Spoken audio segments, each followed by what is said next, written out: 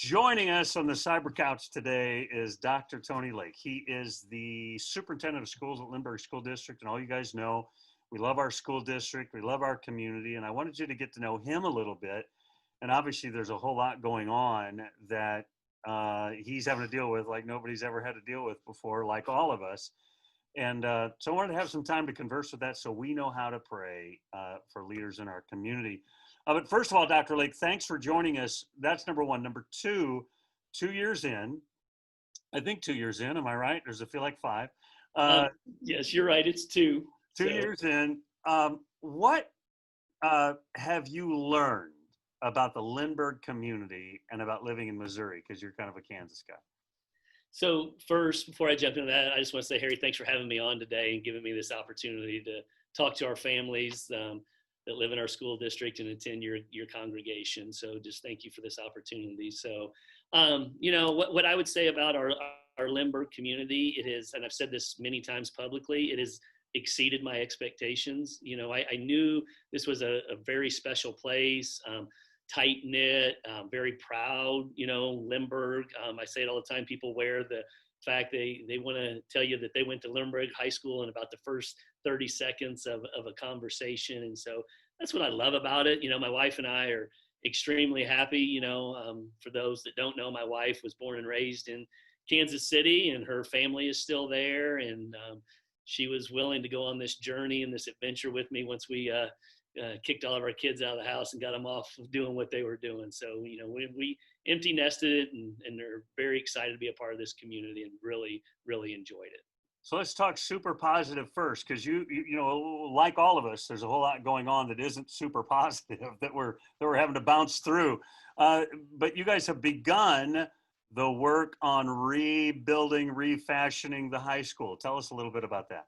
Yeah, that's very, very exciting. We actually saw some progress about 3 weeks ago. They took down our math building on our campus as part of what we're referring to in this project is there's a 3-phase bidding process. So that was bid package 1, which was a little bit smaller bid package. It was to demo some of the buildings that needed to be demoed, and then build what we call the central utility building. So now we'll have a plant where all of our utilities are housed. And so that's underway. And then we just awarded bid package 2, which is the bulk of that work, which is the construction of the new 3-story building, plus the renovation of the spaces that we're going to be doing. In that bid, the contract is actually going to the board Tuesday night, but we awarded that bid at the end of June to BSI, which is a local here in St. Louis. So we're excited about partnering with them. And, we're just really excited. We just feel like that this is something that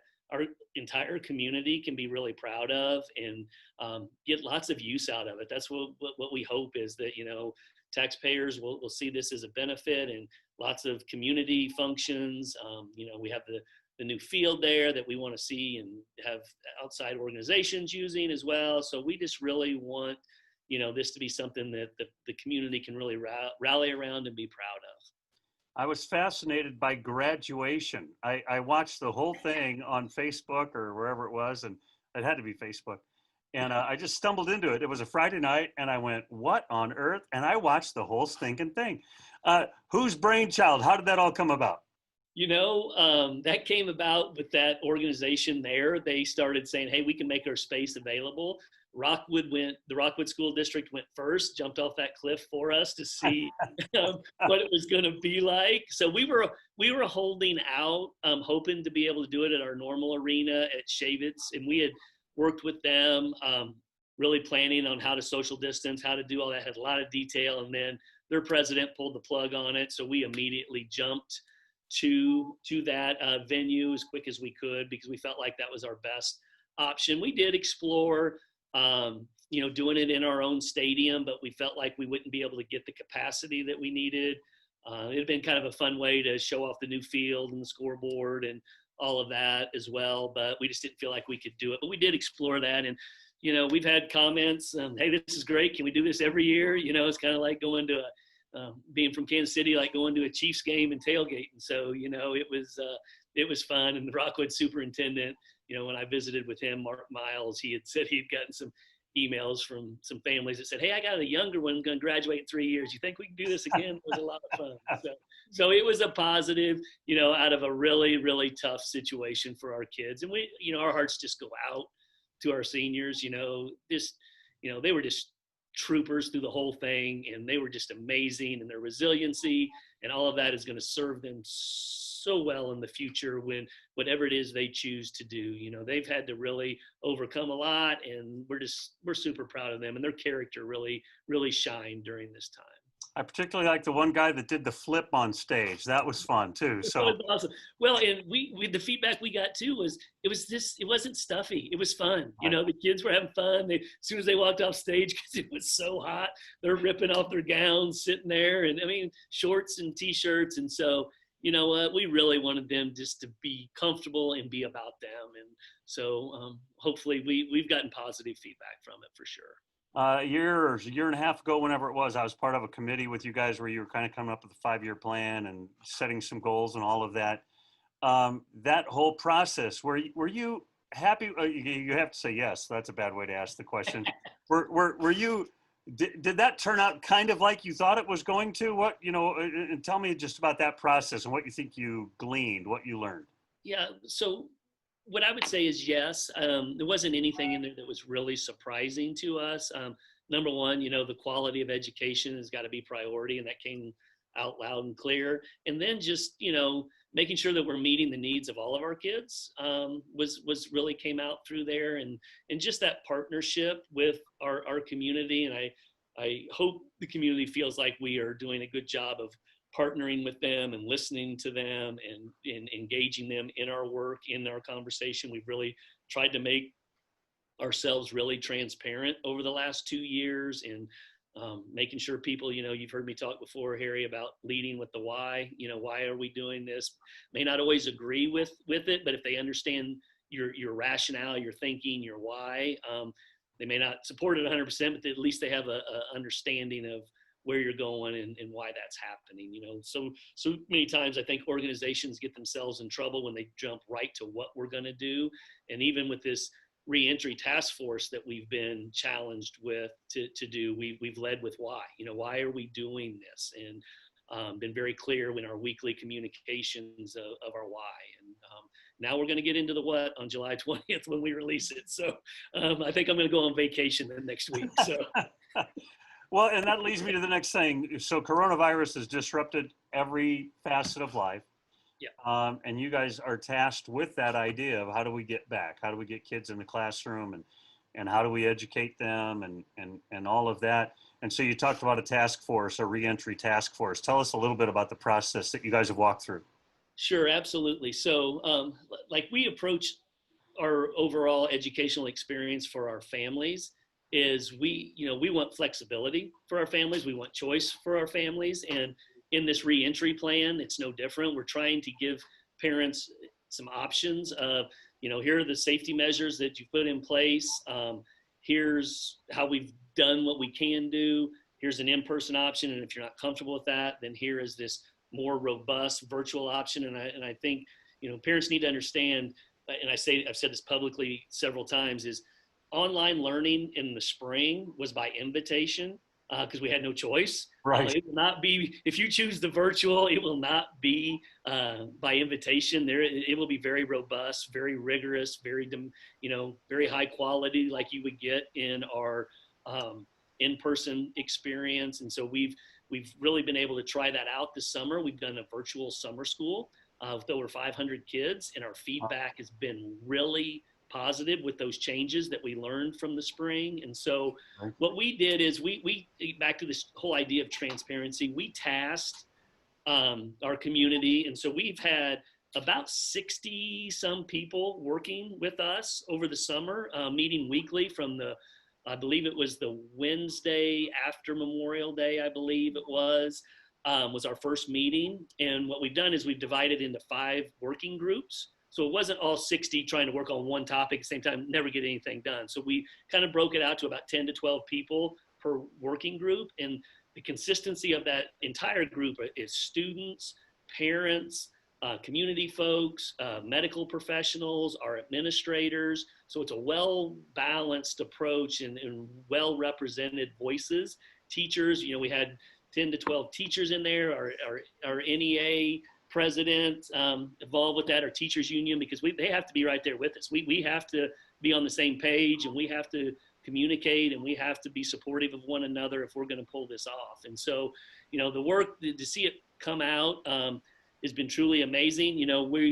It's like a lot of us during COVID, I think sometimes we felt like we were drinking out of a fire hose. We couldn't catch our breath at times. And even today, as I sit and have conversation with staff, I feel, over the weekend, I felt pretty good about it. But when we start to talk about releasing things on the 20th, there's still, we still have work to do. And, and what I could say to our community about this is, what we know today could look different 2 weeks from now, 3 weeks from now. And so just planning and preparing for contingencies. Yes, we're going to start with in-person and virtual, but we're going to have to pivot at some point into another option, a contingency option, and just being planned and prepared. And we're going to try to give our parents as much resources and information as we can to help them make really good decisions. But there's going to be a lot of details. We're going to have some a nice one-pager kind of document that comes out that really highlights the big bucket areas of how we're doing transportation,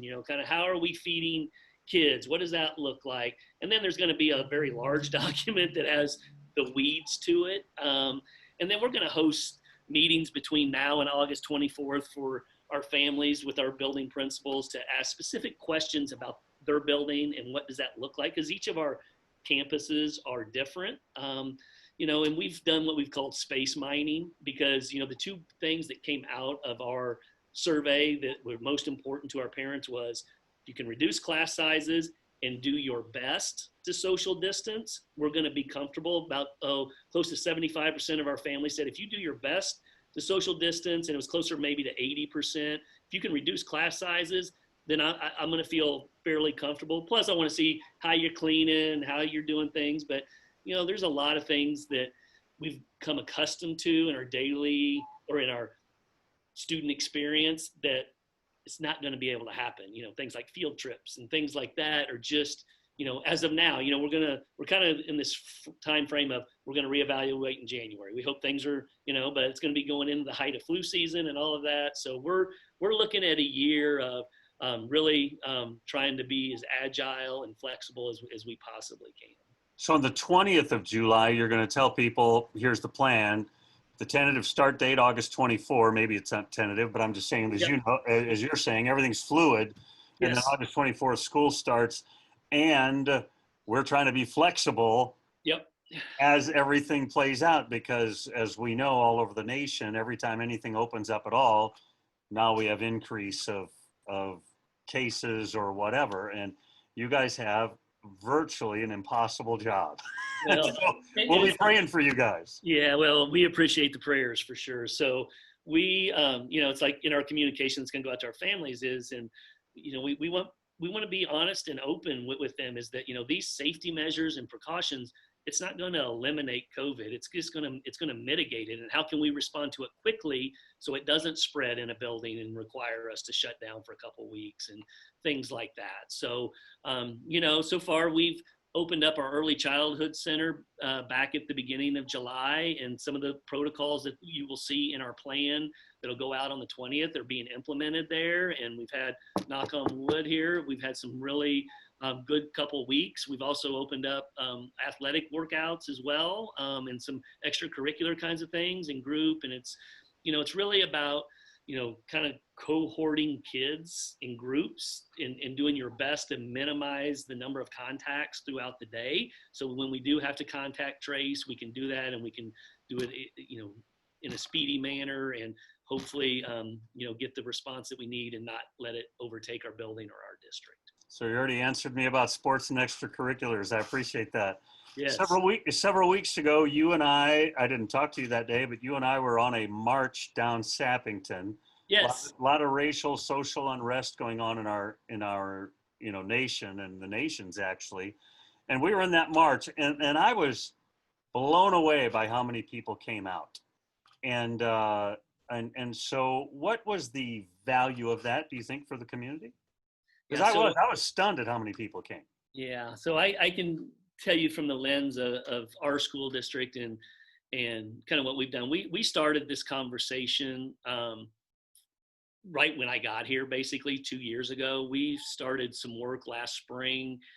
We've partnered with a group called Educational Equity Consultants that lives in that space and really helps build capacities of organizations. So they've done all of our cabinet level folks and building leadership have done that. So, we have a plan that says, we need to build the capacity for people to have this conversation, because what happens sometimes in this arena, that people aren't equipped to have it and it doesn't go well. And it's a really, really important topic. And so from the lens for us as an organization, to make sure that every person that works here, goes to school here, feels like they have a seat at the table and doing things. We started an equity committee last year that's a standing working committee with teachers and parents. We're actually getting ready to institute a new position at every building level.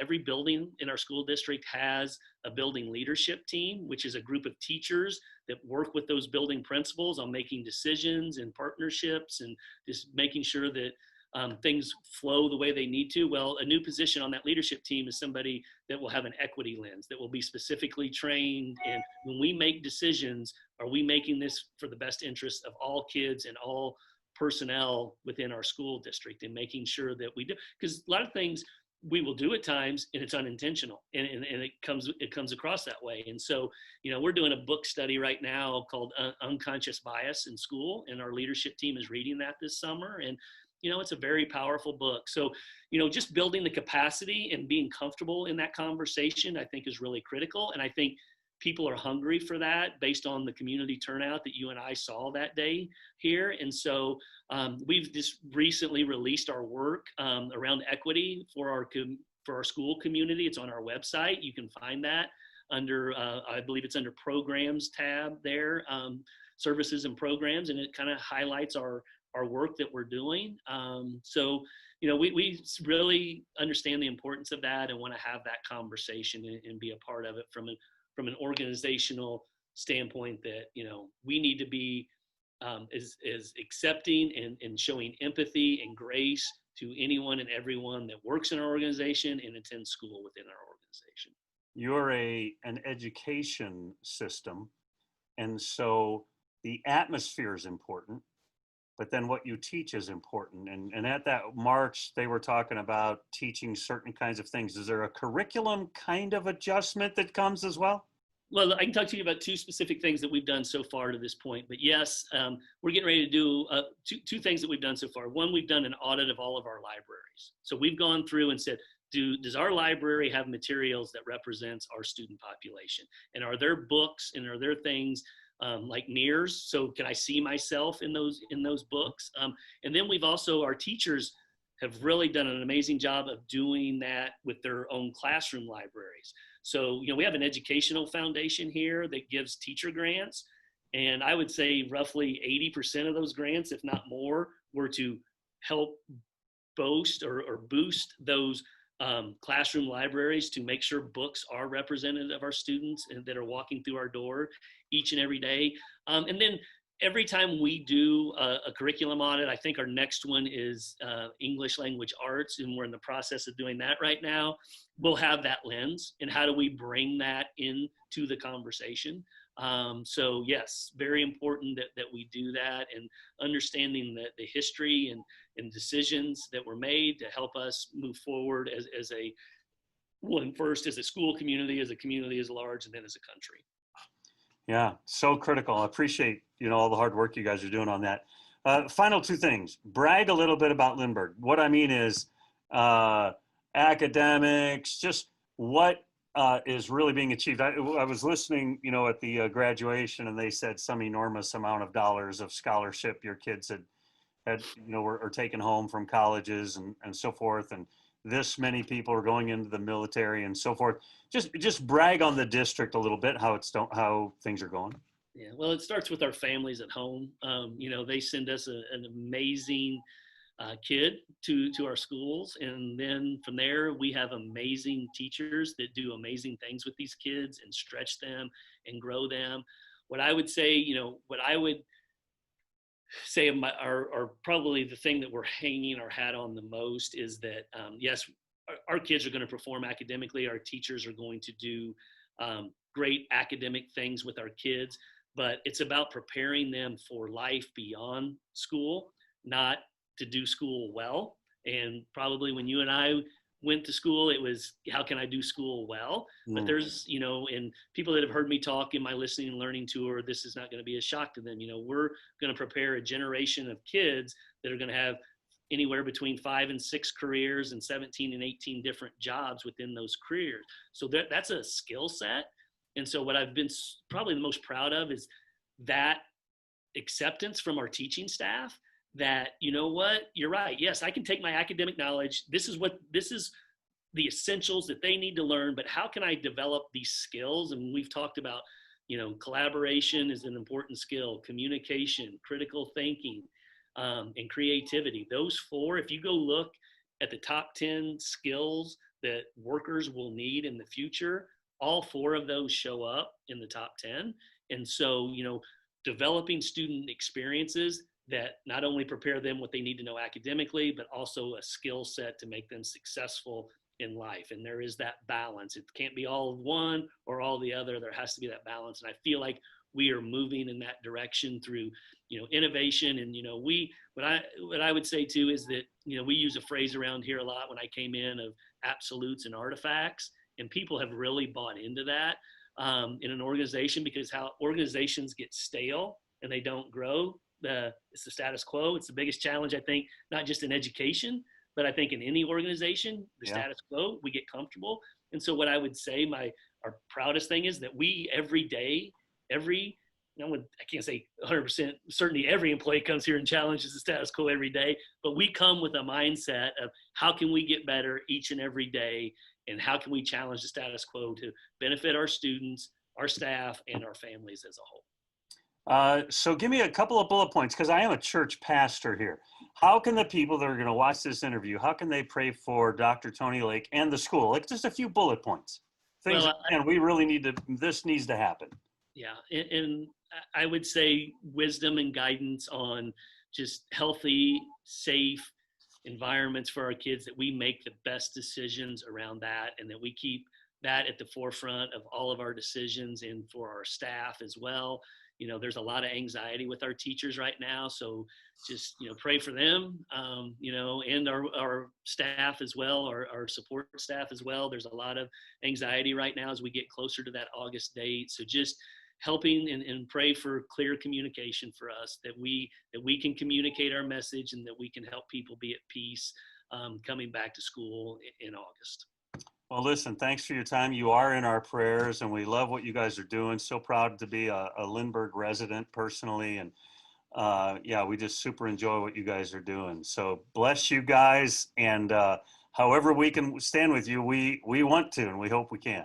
Well, Harry, and I just want to say your friendship over the past 2 years has been awesome. So I just appreciate you. We got to meet right when I started, and just all that you do. So thank you. And thank you for allowing me to spend some time with your congregation today. Appreciate it, my friend. We'll talk soon. All right. See you, Harry.